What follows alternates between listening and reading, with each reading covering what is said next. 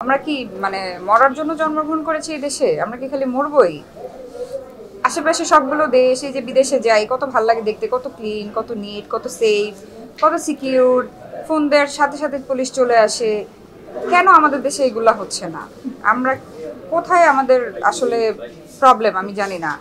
But আমরা কি এই যুগে এসেও ডিজার্ভ করি না এরকম একটু সেফটি, একটু সিকিউরিটি, একটু ভালো থাকবো একজন নাগরিক হিসেবে?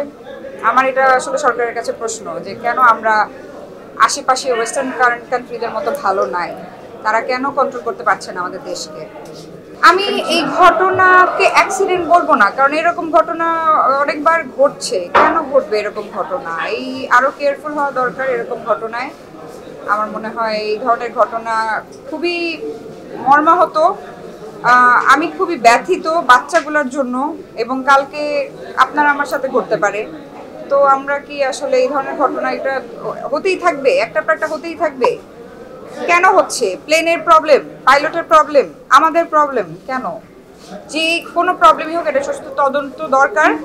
এই ধরনের ঘটনা আমরা নিতে চাই না, আমরা নিতে পারবো না। তাদের সন্তানটা খুঁজে পাচ্ছে না মিসিং, তাদেরকে অ্যাটলিস্ট তারা তো ইনফরমেশনটা দাবি করে যে তাদের সন্তান আদৌ বেঁচে আছে, বেঁচে নাই, তাদের সন্তানের লাশটা বা লাশের একটা টুকরাও তো তারা ডিজার্ভ করে।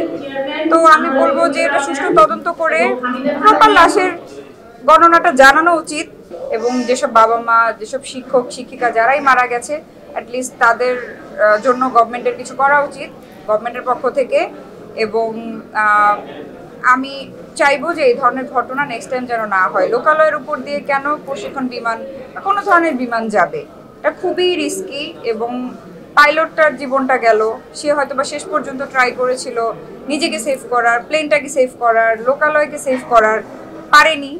হয়তো বিমানটার প্রবলেম ছিল।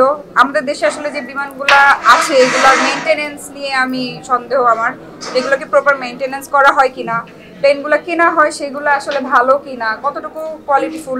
কারণ আমি নিউজ ফিডেই একটা পড়লাম যে চায়না 2012 সালে সম্ভবত এই ধরনের প্লেনগুলো ইউজ করা বন্ধ করে দিয়েছে। তাহলে আমাদের কেন এই প্লেনগুলো ইউজ করা হবে?